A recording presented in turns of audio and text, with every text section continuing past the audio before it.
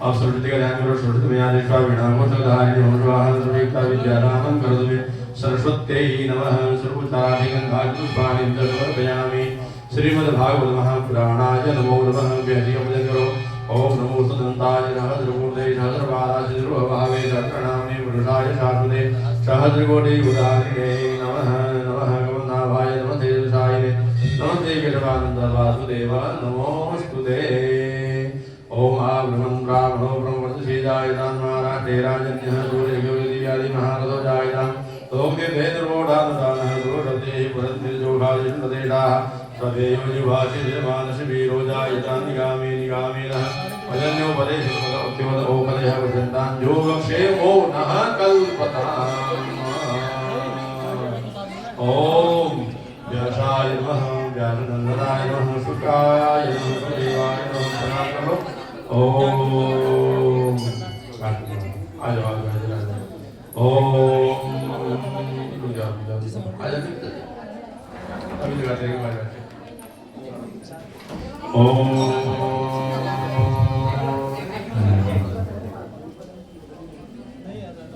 एक मिनट मेरा कथा रहा तो वहाँ मंदिर देखना है तो दिया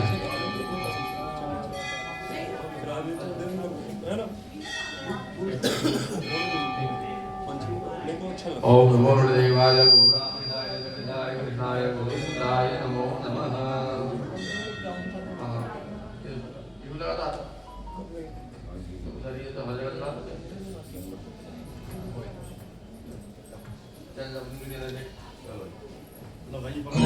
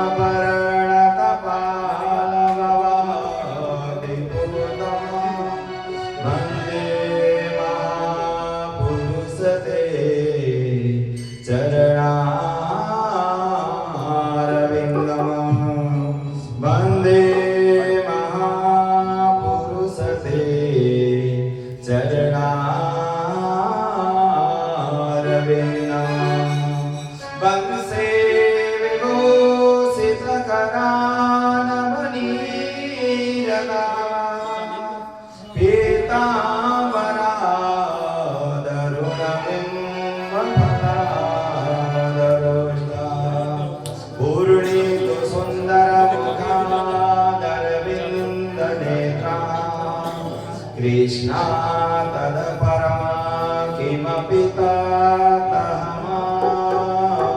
न जाने नारायणमानमस्कृत्य नरं चैव नरोत्तमं देवीं सरस्वतीं व्यासं ततो जयामो कृष्णाय वासुदेवाय हरे परमात्मने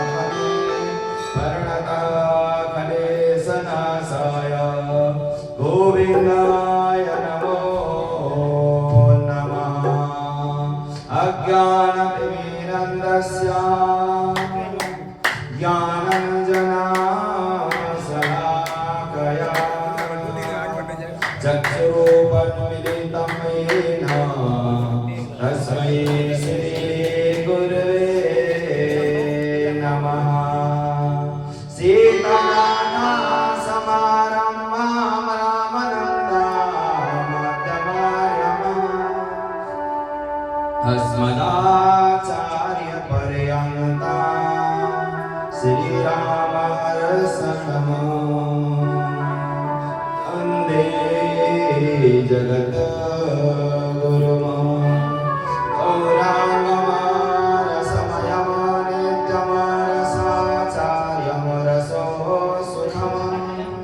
श्री राम हर्षणम रामाख्यम सतगुरुमा प्रणाम्यहम् सतगुरुमा प्रणाम्यहम्।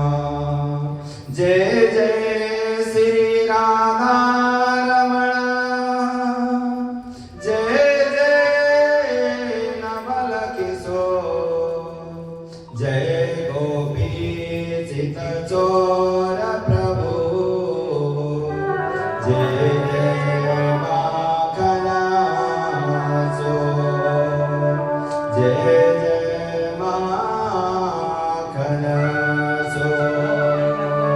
वंदे देव उमापतिं सुरगुरुं वंदे जगत कारणं वंदे पन्नाग विभूषण विरधरं वंदे वसुनापतिं वंदे सूर्य शशांक वह्निनयनं वंदे मुकुंद प्रियं वंदे भक्तजनं श्रियं सबरदं वंदे शिवं शंकरं वंदे शिवं शंकरं।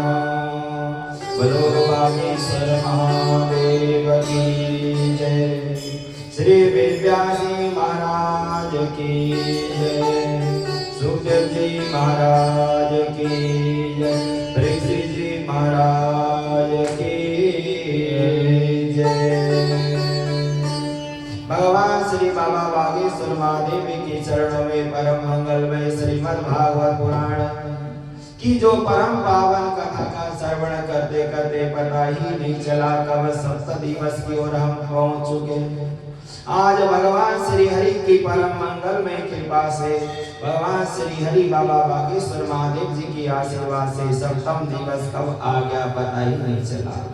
और देखो सप्तम दिवस की कथा के पूर्व यहाँ आज का जो प्रातःकालीन पूजन के लिए हमारे मुख्य यजमान के रूप में हमारे श्री जय नारायण सिंह जी जिनकी पत्नी मीना देवी और जो राजीव कुमार जी की पत्नी सुमन लता भगवान सिंह जिनकी धर्मपत्नी गीता रानी द्वारा और राजन कुमार जिनकी पत्नी निर्मल अंकित ठाकुर लगाए ठाकुर परिवार के संजय ठाकुर जिनकी धर्मपत्नी पूजा ठाकुर अजय चौहान जिनकी धर्मपत्नी माला चौहान जिनके द्वारा यह सुंदर कार्यक्रम भगवान की कृपा से बाबा बागेश्वर महादेव के चरणों में चलते चलते पता ही नहीं चला सप्तम दिवस की ओर प्रस्थान कर चुके।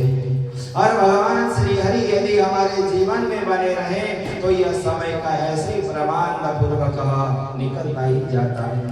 इसीलिए वही समय शुभ है वही मंगलमय है वही प्रभु की कृपामय है जब प्रभु की कृपा हमारे जीवन बनी रहे। जिन यजमानों के द्वारा यह सुंदर कार्यक्रम का सप्त दिवसीय आज की कथा की पूर्व सभी भक्तजनों ने पूजन की भगवान के दरबार में बैठकर और भगवान श्री हरि का जो पूजन के पश्चात महायज्ञ हवन कार्य संपन्न कराई हमारे श्री पूजन और यज्ञ आचार्य श्री माधव प्रसाद पांडे जी द्वारा और जिनके साथ अंकित जी अंकुर जी राजकुमार जी चंद्रशेखर जी राहुल जी अन्य ब्राह्मणों के द्वारा ये यज्ञ चला। यज्ञ की पूर्णाहुति तो जब इधर भागवत पुराण की अंतिम श्लोक को जब हम पढ़ेंगे तभी समापन होगी पूर्णाहुति डली जाएगी। इस प्रकार आज की कथा का जो प्रारंभ किया जा रहा है भगवान श्री हरि का जो पूजन और यज्ञ के बाद यह श्री कथा का श्रीमद् भागवत पुराण का प्रारंभ करने के लिए भगवान श्री हरि के जो बाबा बागेश्वर महादेव कमेटी को भी बहुत बहुत धन्यवाद जिनके द्वारा सुंदर यह आयोजन के द्वारा आज सप्तम दिवस में कब प्रस्थान पहुंच चुके पता ही नहीं चला। जिनके द्वारा जिनके हमारे बागेश्वर महादेव मंदिर के कमेटी के प्रधान श्री धर्मवीर गर्ग जी महामंत्री राजीव कुमार गोयल जी कोषाध्यक्ष से घनश्याम माहेश्वरी जी द्वारा यह सुंदर व्यवस्था के लिए कमेटी को बहुत बहुत धन्यवाद। और हमारी जो अन्य बाबा बागेश्वर महादेव के संपूर्ण भक्तजन जिनका हमें आशीर्वाद मिलता ही रहता है, जो भी आए हैं, जो भी आवाज सुनाई दे रही, सभी को भी भगवान की बहुत बहुत कृपा और आशीर्वाद बनी रहे। और हमारे संगीत मित्रों ने भी हमारे साथ बहुत सुंदर सहयोग के साथ इस कार्य को यहाँ तक पहुँचाए, उन्हें भी भगवान की और माँ सरस्वती की कृपा आशीर्वाद बनी रहे। जिनमें जो ऑर्गन में हमारे शंकर जी और ढोलक मास्टर हमारे सुभाष जी और जो बैंड मास्टर हमारे आदित्य जी, और साउंड सिस्टम में भी बहुत हमारे जो साउंड सिस्टम भाई पवन के द्वारा जो यहाँ जो साउंड आपको सुंदर प्रस्तुति कर रहे हैं और आवाज पहुंचा रहे हैं, उनको भी बहुत बहुत धन्यवाद। और अनन्य सभी भक्तजन को भी बहुत बहुत धन्यवाद, जिनके द्वारा ये मंगलमय भगवान की कथा और परमानंद की आनंद प्राप्त अनुभूति हो रही है। इस प्रकार भगवान श्री हरि की परम मंगलमय श्रीमद् भागवत महापुराण की कथा परम मंगलमय और आज सप्तम दिवस की कथा प्रारंभ से पूर्व भगवान श्री हरि के चरणों में यही नमन वंदन प्रार्थना करते हुए भगवान श्री हरि के चरणों में सब अपने मन को लगाएं और अपने मन को भगवान श्री हरि की वह मंगलमय चरित्र और भगवान की शरणागति जब तक नहीं मिलेगा और भगवान के शरण में जब तक नहीं जाएंगे, ये जन्म मरण और भवसागर का सिलसिला कभी थमने वाला नहीं, ये चलता ही रहेगा। इसलिए हमें भगवान श्री के चरणों में जाकर शरणागति अपनाएंगे, तभी हमारा कल्याण होगा। सभी अपनी नाव को भगवान को समर्पित करके चरणों में वंदन करेंगे और उसके बाद कथा की ओर प्रस्थान करेंगे। कल की कथा का जहाँ विश्राम दिया गया वहाँ से आगे बढ़ेंगे। सभी अपने मन को भगवान के चरणों में निवेदित करते हुए प्रार्थना करते हैं। भगवान मेरी नैया उस पार लगा देना, भगवान मेरी नैया उस पार लगा देना, भगवान मेरी नैया उस पार लगा देना, भगवान मेरी नैया उस पार लगा देना। अब तक तो निभाया है, आगे भी निभा लेना, अब तक तो निभाया है, आगे भी निभा देना। अब तक तो निभाया है, आगे भी निभा लेना, अब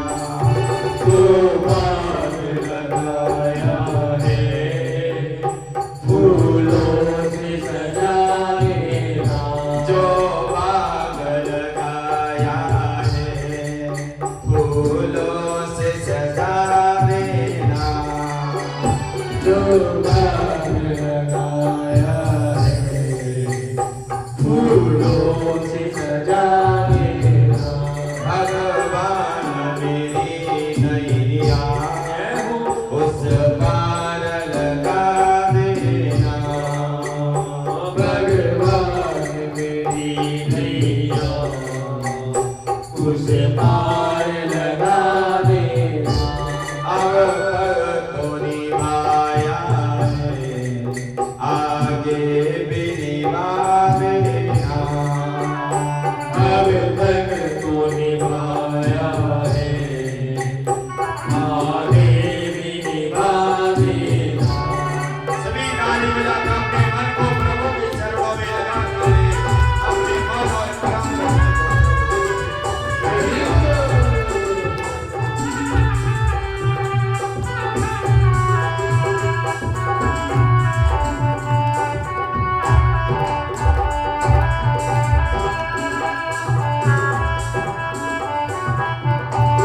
तुलसी वाले की जय हो।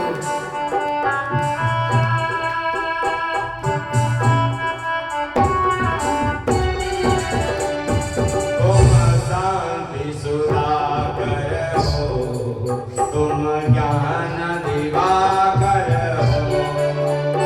तुम शांति सुधाकर हो, तुम ज्ञान दिवाकर हो। तुम शांति सुधाकर हो, तुम ज्ञान दिवाकर हो।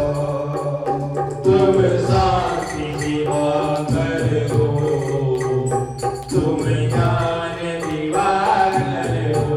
हम हंस चुंगे मोती, तुम मानो सरोवर हो। हम हंस सुने मोती, तुम मान सरोवर हो।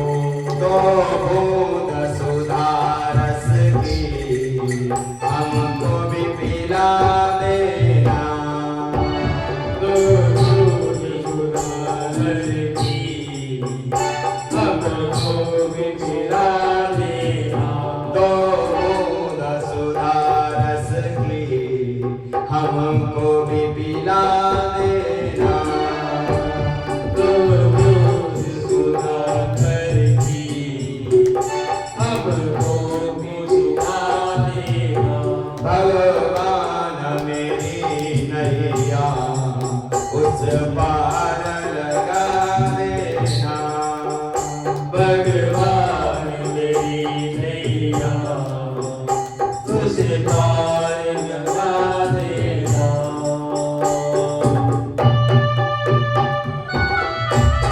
हरि बोल।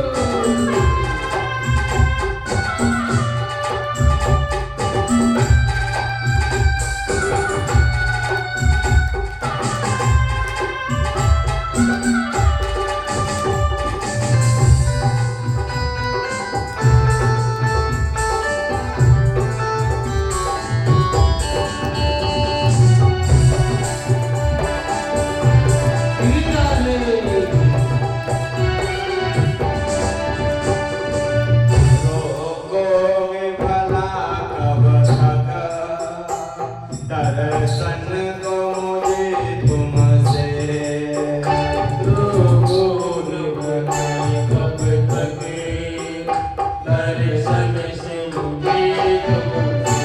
रोकोगे भला कब तक, दर्शन को मुझे तुमसे।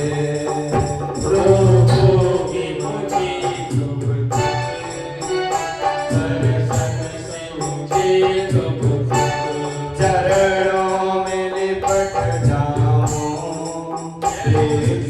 से लटा जैसे। चरणों में लिपट जाओ, राजों से लगा जैसे।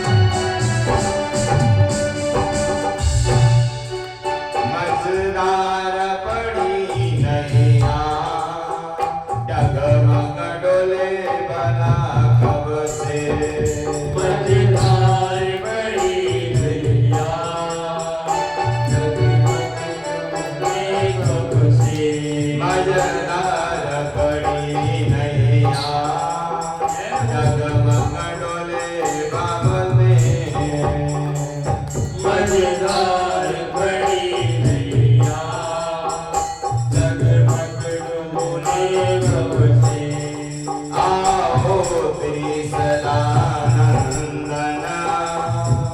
हम ध्यान करे मन में आओ सदानंद करे हम ध्यान करे मन से अब तन भर करे बिनती मुझे अपना बना लेना करी बिनती मुझे अपना बना लेना भगवान मेरी नैया उस पार लगा देना भगवान मेरी नैया उस पार लगा देना अब भक्तों ने आया है आगे भी निभा लेना अब भक्तों ने आया है आगे भी निभा लेना भगवान मेरी नैया उस पार लगा देना भगवान मेरी नैया उस पार लगा देना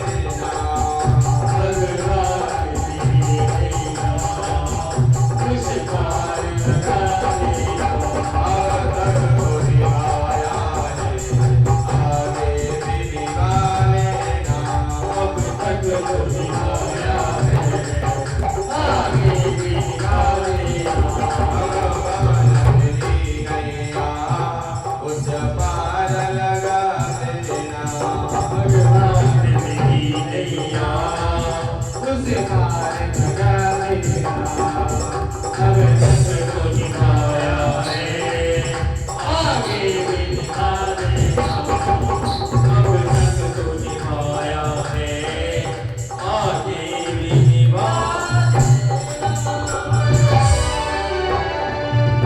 जय जय श्री राधे जय जय श्री राधे जय जय श्री राधे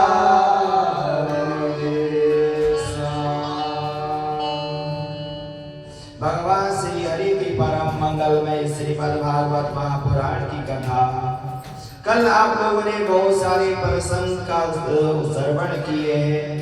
जैसे मेरे प्रभु श्री हरि ने जब अपन ग्वाल बालों के साथ जब जाते बेड़ू गीत गाते तो वहां अनेक गोप गोपियां प्रभु के दर्शन आनंद हुए। प्रभु आगे गए, कंस का प्रभु ने मर्दन किया और उसके बाद अपने गुरुदेव भगवान को उनके पुत्र आदि लेकर समर्पित कर दिए। और उसके बाद भगवान श्री हरि ने अपने मित्र उद्धव को वहां गोपियों से मिलने के शिक्षा देने के लिए भेजा। तो वहां शिक्षा देने के वजह स्वयं शिक्षा प्राप्त करके आए और अंत में ही गए। वो वृंदावन की भूमि मेरे लिए इतनी सदा सर्वदा है। मेरा जब भी जन्म हो, चाहे किसी चीज में भी हो, मेरा जन्म वही वृंदावन में हो। ज्ञान की भूमि में ज्ञान की वहाँ भक्ति प्रकट हो गई।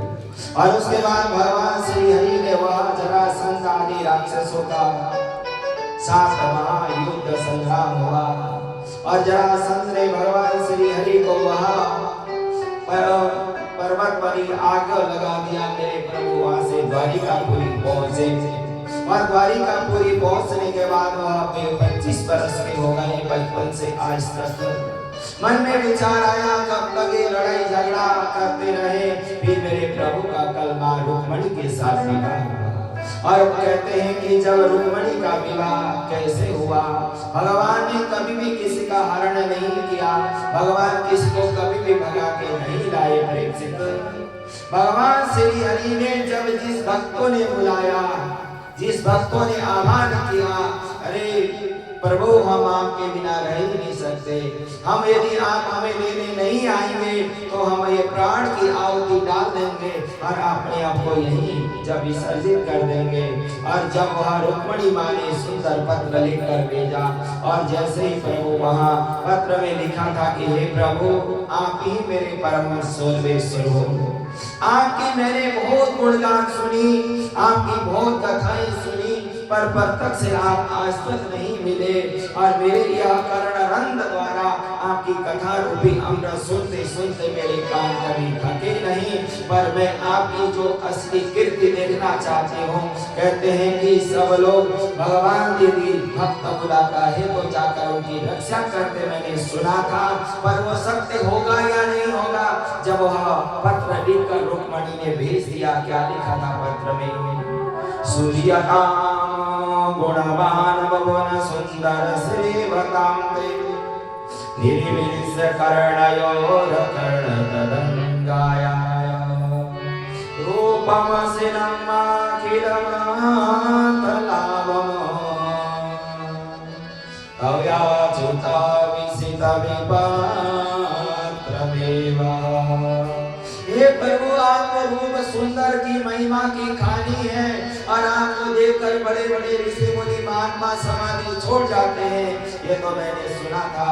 पर वह सत्य तब होगा आप हम आह्वान में, आप हमारे आह्वान में जब आएंगे तभी सत्य होगा।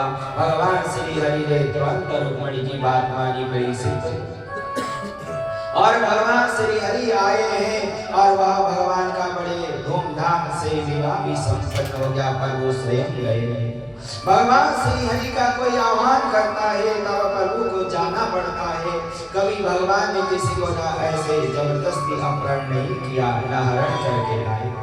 जब रुक्मणी माँ ने कहा मैंने बहुत सोमवार के व्रत किए, हे भोलेनाथ, हे माँ पार्वती, और मेरे प्राणाराध्य भगवान जब तक नहीं आएंगे, यदि वह आकर मुझे वरेंगे और मेरे को ले जाएंगे, शादी करेंगे तो ठीक है, नहीं तो मैं अपने प्राण आहुति डाल दूंगी। क्या करूं? दुर्भगाय मे दाता नानकुलो महेश्वरा देवी वा विमुखा गौरी रुद्राणी गिरिजा सती।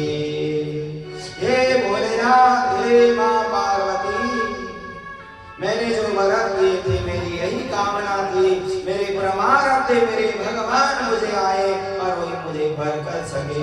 शिशुपाल के साथ विवाह होना था, पर वह भगवान की माँ लक्ष्मी किसी की पत्नी नहीं बन सकती।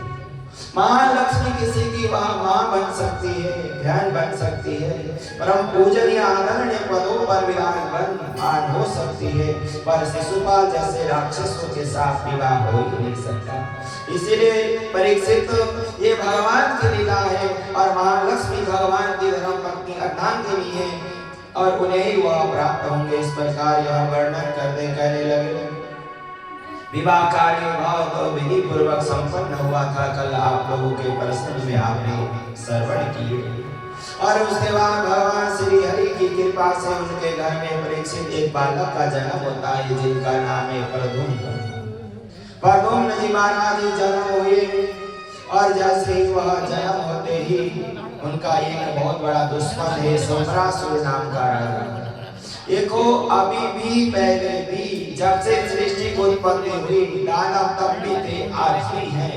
यह कभी दानव की शक्ति बढ़ती है, कभी देवताओं की शक्ति बढ़ती है, तो संसार में चलता ही रहेगा।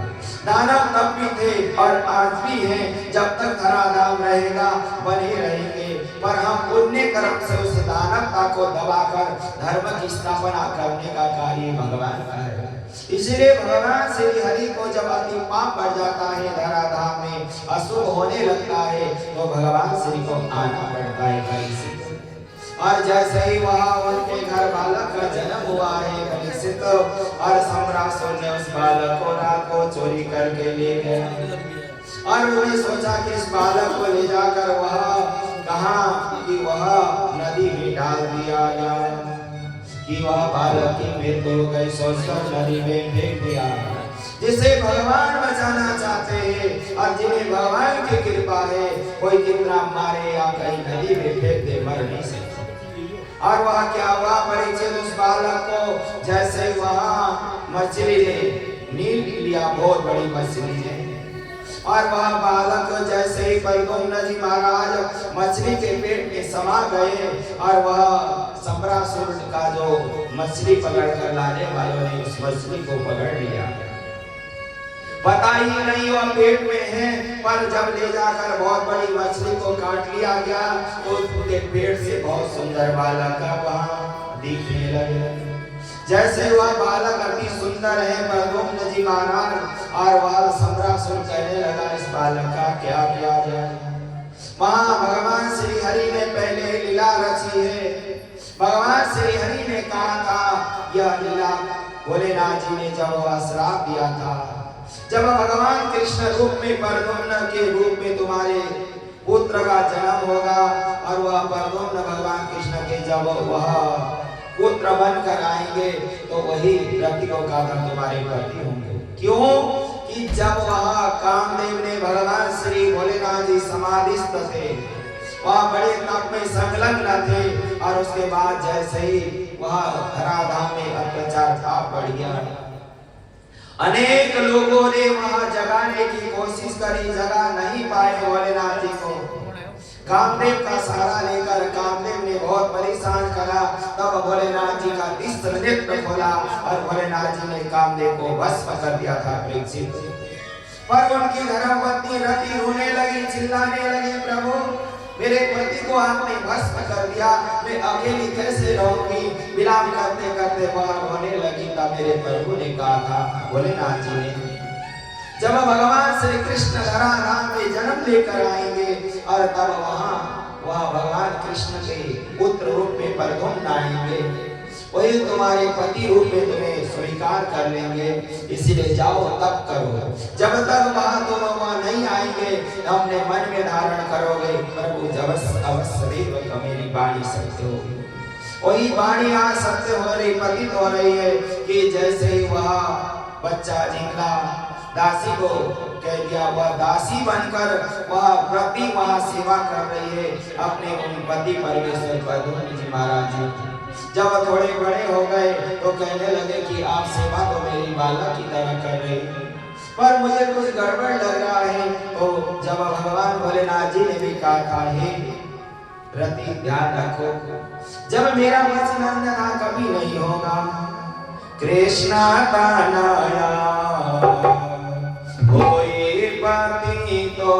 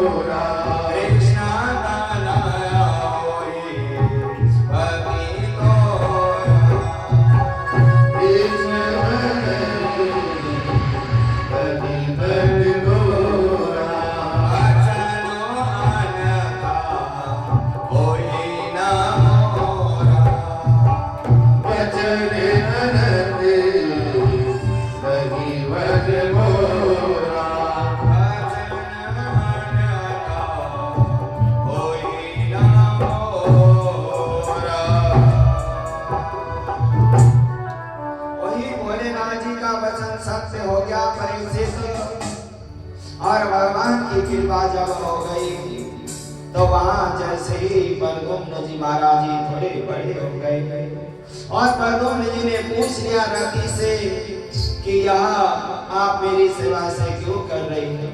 ये मेरे पिताजी के आप क्या करने आए, ऐसी सेवा करने के लिए। माँ रति कहती है, अरे प्रद्युम्न जी, ये जो सम्रासुर है ये आपका पिता नहीं है, इसने आपको मारने के लिए षड्यंत्र करा था, नदी में फेंक दिया था और आप मछली के पेट से आए हैं और आपकी सेवा हमने की है। ये मेरे प्रभु भोलेनाथ जी की आज्ञा थी।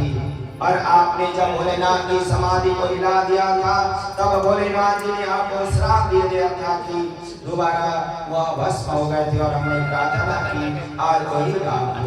ये आपका पिता नहीं है, ये आपका बहुत बड़ा शत्रु है। इसलिए तुरंत रति माँ कहती है, भगवान नारायण सुता संवरे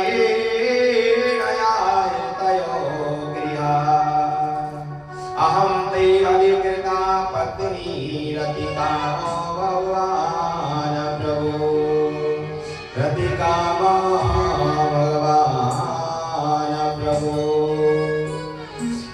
प्रकार बार बार वो यही कहने लगे, यह तुम्हारे पति देव नहीं है और ये तुम्हारा शत्रु है।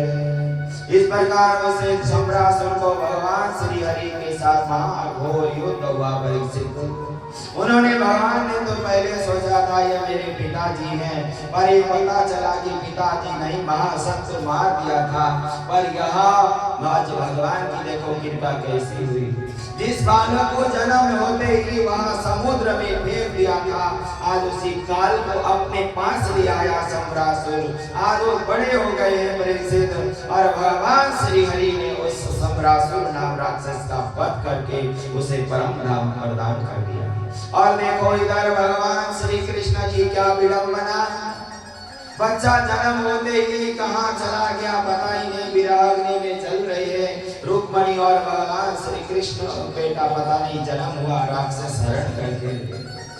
आज बड़े हो गए और वहाँ सपत्नी को अपने माता पिता के सामने जब वह पुत्र आए हैं, बड़ा परमानंद हुआ। परीक्षित माता पिता ने बहुत बड़ी सेवा की और बहुत उन्हें देखकर उन्हें मंगल होने लगा और उनकी बड़ी विधि पूर्वक वह कामना आदि की प्रार्थना की। इस प्रकार भगवान श्री हरि की परम मंगल में जो विवाह के द्वारा इस तरह पुत्र आदि हुए।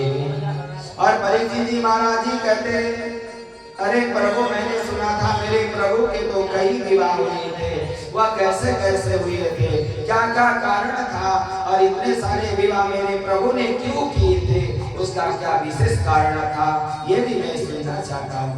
मेरा मरने का समय आने वाला है, कुछ समय बाद मुझे परम धाम जाना है, पर मेरे प्रभु की लीला सुनते सुनते मेरा मन थकता नहीं। मेरा मन ये कह रहा है कि मेरे प्रभु की अन्य शादी कहाँ कैसे किस प्रकार हुई। इस प्रकार भगवान श्री हरि की कथा सुनाते करते परीक्षित सबसे पहले विवाह तो रुक्मिणी जी के साथ बड़ी विधि पूर्वक संपन्न किया। दूसरा विवाह जामवंती देवी के साथ संपन्न हुआ। तीसरा विवाह सत्यभामा के साथ, चौथा विवाह कालिंदी के साथ और पांचवा विवाह मित्रविंदा के साथ। सप्तम जो और छठा विवाह सत्यभामा के साथ और सातवां विवाह जो हुआ है भद्रा के साथ और जो आठवां विवाह हुआ है लक्ष्मण के साथ। इस प्रकार मेरे प्रभु की जो 8 विवाह तो अलग अलग मुहूर्त में हुए, पर अन्य और 16,100 विवाह तो एक ही मंडप में हुए। वहाँ परीक्षित जी महाराज जी के इतने सारे विवाह एक साथ कैसे हो गए, इतने सारी कन्या कहाँ एकत्रित हो गई। मेरे मन में शंका जग रही, प्रभु ये भी बताइए यह कारण क्या है, ऐसा क्यों हुआ और ऐसा प्रभु को क्यों करना पड़ा। तो तुरंत श्री सुखदेव जी महाराज जी कहते परीक्षित प्रभु लीला करने के लिए धराधाम में आए हैं, प्रभु अनन्य अपने भक्तों की कामना पूर्ण करने के लिए आए हैं। और मेरे प्रभु परीक्षित वह एक बार धराधाम के भ्रमण के लिए चल रहे हैं। भगवान कहीं भूमि शुद्धि करते हैं, कहीं मानव की मन को शुद्धि करते हैं, कहीं किसी के अंतरात्मा के पाप को धोकर स्वच्छंद पवित्र कराते हैं। इसी प्रकार भगवान श्री हरि धराधाम का भ्रमण कर रहे थे परीक्षित। सभायो गरुडारूढ़ प्रत्येनयो सितम वयः। भगवान श्री हरि धराधाम में भ्रमण करते करते चले गए। भौमासुर नाम का एक दैत्य था। भौमासुर नाम का जो दैत्य था वह धराधाम की जितने भी नाग कन्या, राज कन्या, देव कन्या, श्रेष्ठ जितने भी कन्या सभी का हरण कर करके लाता है और अपने वहां का जेल में बंद कर देता है और कहता है कि जब बहुत सारे होंगे तब विवाह करूंगा। मेरे प्रभु श्री हरि को पता चला कि ये अपराध हो रहा है, ये अधर्म पाप हो रहा है। भगवान के मन में विचार आया। एक दिन प्रभु श्री भौमासुर नाम के राज्य की ओर प्रस्थान करते घूमते जा रहे। जब वहाँ सभी ने स्वीकार किया और वह कन्याएं जितने जेल में बंद थी परीक्षित सबने विलाप किया, हे प्रभु आप ही हमें बचा सकते हो। ये संसारी लोग धराधाम के कोई भी मानव और दानव हमें नहीं बचा सकता, आप ही हमारे प्रमाण हो। मेरे प्रभु के कान में उन कन्याओं की जब वाणी सुनाई पड़ी, जब आवाज सुनाई पड़ी ध्वनि, तो मेरे प्रभु श्री हरि वहां गए हैं और उसके बड़े बड़े राक्षस हैं जो भौमासुर नाम के राक्षस को, और उसका उनके कई राक्षस द्वारपाल है। मोर नाम का बहुत भयंकर तगड़ा जो राक्षस दरवाजे का द्वारपाल है। जैसे भगवान श्री हरि वहां गए, वह भगवान को मारने के लिए ऐसे दौड़ लगाया, भगवान श्री हरि ने उस मोर नाम के राक्षस का प्राण अंत कर दिया। इसलिए भगवान श्री हरि का एक नाम मुरारी पड़ा है, जो मोर नाम के दैत्य का जिन्होंने विनाश किया और उसे परम पद धाम दिया। भगवान के जिनको चाहे राक्षस क्यों ना हो परीक्षित, भगवान के हाथ का मरा हुआ वह नरक नहीं जाएगा, स्वर्ग ही जाएगा, उसकी भी मुक्ति हो गई। इस प्रकार भगवान ने मोर नाम दैत्य का उद्धार किया। मेरे प्रभु श्री हरि आगे गए और भौमासुर को समझाया, पर वो माना नहीं। भगवान श्री हरि ने बड़े वहां भौमासुर नाम के राक्षस को बड़े वहां पकड़कर उसे ऐसे समझाया, धमकाया, डांटा, पर उसने वह भगवान की शरणागति ली। भगवान श्री हरि ने उसे भी परम पद धाम को पकड़कर एक डांटा मारा, उसे भी परम पद धाम प्रदान कर दिया। इस प्रकार सुखदेव जी महाराज जी कहते, परीक्षित जब वह राजा को राज्य से मृत्यु दंड दे दिया भगवान ने, वह जितने भी कन्या थी 16,100 वह सारे आकर भगवान श्री के चरणों में नमन वंदन प्रार्थना करने लगे। हे प्रभु, आपने आज हमारे प्राण बचा दिए और आपके कारण ही हम जेल से निकलकर आपके पास आए। भगवान कहने लगे, ठीक है, बहुत बढ़िया, जाओ अपने अपने घर, अपने अपने घर जाओ। तुम्हारे माता पिता तुम्हारी प्रतीक्षा कर रहे होंगे कि वह हमारी कन्या गई थी, लौट कर नहीं आए, कहाँ चले गए, जाओ। जब यह बार बार इस प्रकार जब भगवान ने कहा, वो कन्या कहते, अरे प्रभु, जिसका हमारा हरण हुआ समाज में और जो हमें हरण करके कोई ले गया, यदि हम घर जाएंगे तो घर वाले और समाज वाले क्या कहेंगे? घर और समाज वाले तो यही कहेंगे, अरे इतने दिन तू कहाँ रहकर आई, तुम्हारे को घर आना ही नहीं चाहिए था। माता पिता अपमान करेंगे, समाज वाले क्या कहेंगे? इस प्रकार वह कन्या रोने लगी, विलाप करने लगी, प्रभु आप ही ऐसे सर्वसमर्थवान हैं, आपको तो जिसने संसारियों ने त्यागा उन्हें अपना सकते, ये आपका धर्म है। संसारी लोग का ऐसा कोई धर्म नहीं, ऐसा कोई कर नहीं सकता, ये आप बड़े दयालु हैं। इस प्रकार सभी ने बार बार वंदन की।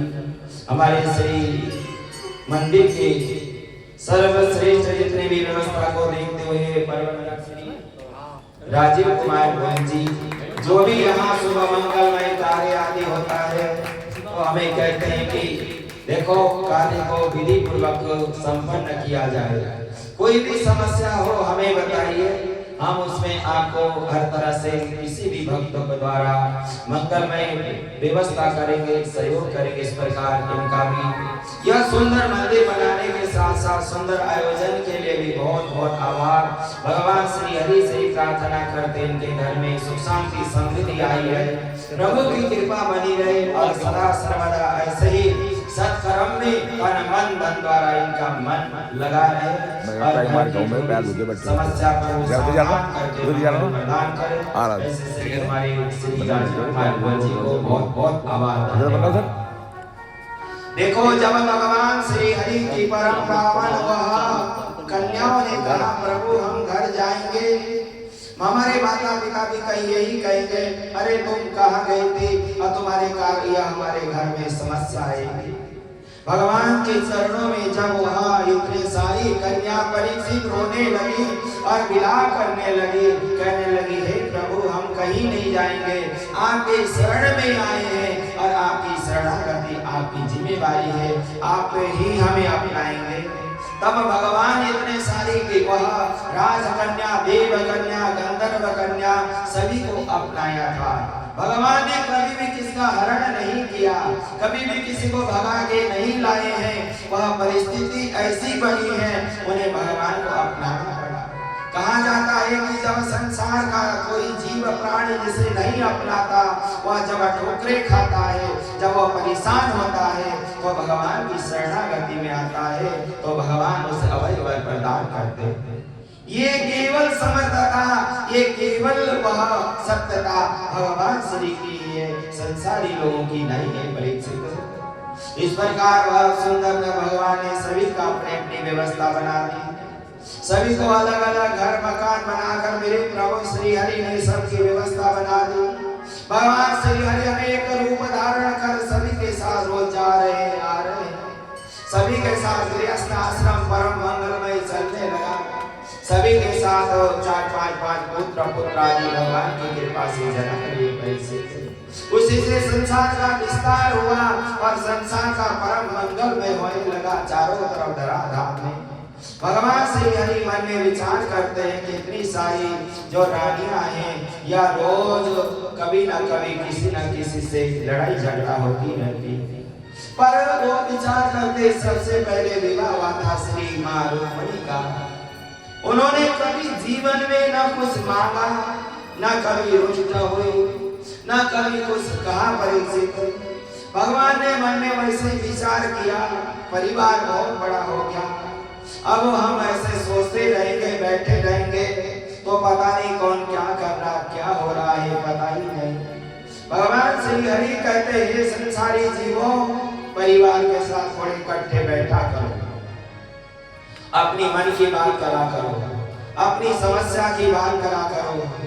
दिन रात आप कहाँ गए, आज पूरा दिन क्या क्या घटना घटित हुई। जब हम परिवार के साथ बैठेंगे, बातचीत करेंगे तो पता चलेगा कि क्या अच्छा हुआ, क्या बुरा हुआ, किसे जीवन में अपनाना है, किस चीज का परित्याग करना है, किसे हम सही रास्ते में चलना है, जो गलत हो रहा है उसे ठीक करना है। जब बैठेंगे, मंथन करेंगे, चिंतन करेंगे तभी तो होगा। और पता ही नहीं कि घर के एक मेंबर कहाँ चला गया, ये कहाँ गया, कब आया, कब गया, कुछ पता ही नहीं। पर हमारा शास्त्र ये कहता है, हमारे प्रभु श्री हरि कहते हैं कि यदि आप साथ बैठ के भोजन करोगे, साथ बैठोगे, उनसे बातचीत करोगे और एक दूसरे की समस्या सुनोगे, समस्या आ भी जाए जीवन में वो समाधान हो जाएगा। जब बता ही नहीं पाओगे समस्या समाधान क्या होगा। भगवान ने वैसे मन में विचार आया, आज रुक्मिणी से कुछ हास परिहास किया जाए, मजाक किया जाए। तुरंत भगवान कहने लगे, अरे रुक्मिणी, तुम्हारा विवाह शिशुपाल और युवराज से होने वाला था, पर तुमने मेरे साथ विवाह क्यों किया? मैं तो एक ग्वाला, साधारण जंगल में घूमने वाला, गौ चराने वाला, ऐसे राजा महाराजाओं के साथ तुम्हारा विवाह होने की तैयारी थी, पर तुमने मुझे पत्र लिखकर बुलाया और आज यहाँ इतनी सेवा करनी पड़ी। भगवान देख रहे हैं उनके मन में क्या भावना है, वह क्या भावना प्रकट करती हैं और वह क्या कुछ कहती हैं। भगवान ने इस प्रकार प्रश्न किया तो कहने लगे, अयमे परमो लाभ गिरियसु गिरियमे दिना ये त्रणैव न्यायेन प्रिय वीरो भामिनी। जब भगवान ने कहा कि तुम्हारा विवाह हो ही जाता तो क्या बिगड़ा था, अभी भी तुम्हारे मन में कोई ऐसी बात तो नहीं है। भगवान ने हंसी मजाक के तौर पे जितनी बात कही, मां रुक्मिणी बेहोश होकर जमीन पे गिर गई। परीक्षित भगवान श्री हरि ने सोच लिया हो इनके मन में बात लग गई। भगवान ने तुरंत उठाकर अपने गोदी में बिठाकर वह पंखा चलाने लगे और उसके बाद भगवान श्री हरि कहते हैं, परिवार में कोई बात हंसी मजाक हो जाए इतनी गहरीता से नहीं लेना चाहिए। या तुम्हें क्या हुआ, तुमने ऐसा क्यों किया, तुम्हारे मन में क्या है? तो तुरंत कहते हैं, प्रभु आप तो ही सर्वेश्वर हैं और आप मेरे अंतरात्मा में विराजमान हैं और आपका मैं अपना ही जन्म जन्म तक कभी भी परित्याग नहीं कर सकती। आपका जो महिमा है, आपकी जो कीर्ति है, सारा विश्व ब्रह्मांड बड़े बड़े ज्ञानी महामुनि महातपस्वी भी आपकी महिमा को समझ नहीं पाए। जो आपके शरण रज और आप में जो समा गया, क्या वो अलग हो सकता? रुक्मिणी मां ने इतनी ज्ञानी की बात कही। भगवान श्री हरि देखते रह गए। इनके मन में इतनी गहराई और इतनी बुद्धिता है। आज बात चली, एक दूसरे का संवाद हुआ, तब जाकर पता चला। मां रुक्मिणी कहती, प्रभु पवन तनय संकट हरण मंगल मूर्ति राम लखन सीता सहित हृदय सुरभ।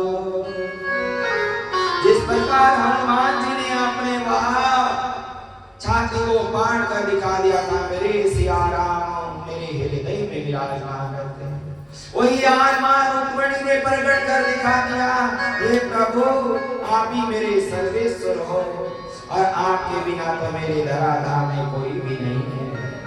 मैं आपके शरणागति आई।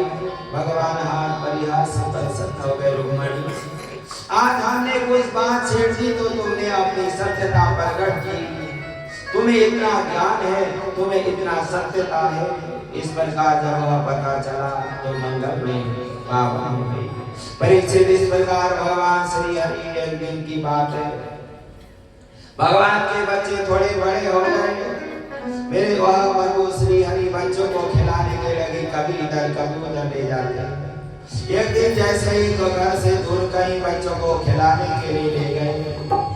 बच्चे वहां खेलने कूदने लगे और बच्चे जैसे वहां खेलने कूदने समय उनका गेंद जाकर वहां तालाब में गिर गया और तालाब में जैसे भगवान श्री हरि गए तो वहां बहुत बड़ा गिरगिट पड़ा हुआ था और जैसे ही वह गिरगिट को देखा भगवान श्री हरि ने वह गिरगिट पे बोल लग गई। भगवान श्री हरि बोल लेने के लिए गए हैं तालाब में। जैसे ही भगवान श्री हरि का जब हाथ लगा, जो श्राप के कारण झूठ बोलने के कारण जो गिरगिट बना हुआ था और राजा वह मानव बनकर प्रकट हो गया। मेरी को नाम नरेंद्रो अभिक्षा किरित तनया प्रभु दान क्या ममानेसु ये दिनों कर्म स्पृशयाता। जैसे भगवान श्री हरि का हाथ उस पे लगा तो सुंदर मानव वह राज बनकर प्रकट हो गया। कहने लगा, हे प्रभु आप आए, मेरा जीवन धन्य हो गया। भगवान कहने लगे, तुम कौन हो, यहाँ गिरगिट बनकर पड़े हो, कारण क्या है? तुरंत वह कहने लगा कि मैं राजा मृग हूँ और मेरी उस गलती के कारण ये सब कुछ हुआ। कहने लगा कि मैंने किसी को ब्राह्मण को गोदान किया, वो गौ माता जब लौट कर आई मैंने दूसरे ब्राह्मण को दान दे दिया, पर वह पहले जिसे दान दिया था वह पंडित जी भी आए, दूसरे पंडित जी गाय को लेकर जा रहे थे, आपस में दोनों का लड़ाई हो गई, मेरी गाय है। पहले वाले ब्राह्मण कहते मेरी गाय राजा ने दान किया था और लौट कर आए, मैं लेने आए, तुम क्यों लाए? दूसरा कहता है मुझे दोबारा दान दिया, तो यह बार बार वह निर्णय नहीं कर पाए किसे वो गाय दिया जाए, तो इसीलिए वह ब्राह्मण ने श्राप दे दिया था, वही गिरगिट बन गए थे। प्रभु आज आपकी कृपा से मेरा जीवन धन्य हो गया। भगवान कहते हैं तुमने बूढ़ी गाय दान किया होगा, दूध न देने वाली गाय का दान किया होगा, इसलिए ऐसा कुछ होगा। तो राजा कहता नहीं प्रभु, मैंने बहुत सुंदर गाय का दान किया। कैसे गाय? पयस्विनी नीलरूपिणी सेलरूपो गुणो पर्पन्ना कपिला हेम श्रृंगी न्यायवर्जिता कुरु व्यवस्था ये विकुलामाभरणम ददाये वचा। बहुत सुंदर गाय है, बहुत जिनके खुरों में चांदी से मढ़कर, सींगों में सोने से मढ़कर और जितनी भी आवश्यकता पूर्वक मैंने वही कृपा दान किया है। भगवान कहने लगे रे तुमने बहुत अनर्थ किया है, एक ही गाय को 2 बार दान कर दिया और ब्राह्मण को लड़ा दिया और ब्राह्मण मर गए, तुम निर्णय नहीं कर पाए। तुम्हारे जैसा राजा होना तो बेकार है, तुम्हारे जैसे राजा का राजगद्दी में बैठना भी ठीक नहीं है, तुम निर्णय नहीं कर पाए। इसलिए राजा ने ध्यान रखो, संसार में सारी चीज का हमेशा वह सह सकता हूँ, सारी चीज को मैं थोड़ी बदला कर सकता हूँ, पर ब्राह्मण के साथ जिसने अन्याय की है और ब्राह्मण के धन को हरण किया है, और ब्राह्मण के धन का हरण करने वाला तो कहते हैं दूसरे के धन का हरण करने वाला केवल उस जिसने हरण करा उसकी ही मृत्यु होगी, पर ब्राह्मण के धन का हरण करने वालों को तो कहते हैं उसके सारे खानदान समाप्त हो जाएंगे। यदि किसी ने जहर पी लिया मैं उसे बचा सकता हूँ, पर जिसने ब्राह्मण के धन का हरण किया और ब्राह्मण को मारा उसे मैं बचा नहीं सकता, मैं भी असमर्थ हूँ। ये भगवान श्री हरि श्रीमद् भागवत पुराण में कहते हैं, स्पेशल कह रहे हैं ना हम वाला विषय न प्रतिक्रियाय ब्राह्मणस्याविषक प्रोतो नाज्ञानी गुरुवैव च। इस प्रकार भगवान वह वर्णन करते कहते राजन तुमने अनर्थ किया है, आज ये तुमने अवगोदान करो, अपने वह जो अपराध की क्षमा याचना करो, तुरंत दोबारा गाय दान की और उन्हें अभय प्रदान की। इस प्रकार भगवान श्री हरि की कथा सुनाते कहते परीक्षित मेरे प्रभु श्री हरि धरा धाम में चले जा रहे हैं।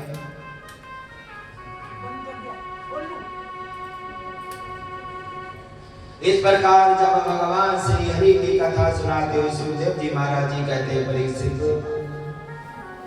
अब एक दिन की बात है, भगवान श्री बलदाव और कन्हैया जब से वह वृंदावन से द्वारिकापुरी गए लौट कर नहीं आए, तो वह एक दिन की बात है परीक्षित बलदाव भैया कहने लगे कन्हैया तू राज्य कर ले, मैं जाकर देख कर आऊं वृंदावन वासी कैसे रह रहे हैं, वह किस प्रकार अपने जीवन यापन कर रहे हैं। तो मैं उन्हें देखने के बाद आऊंगा, देख कर चले गए। जैसे वहां चैत बैसाख के महीने में स्नान के लिए यमुना जी में गए हैं, और जैसे यमुना माँ को कहा कि आप स्नान के लिए आइए तो उन्होंने मना कर दिया परीक्षित।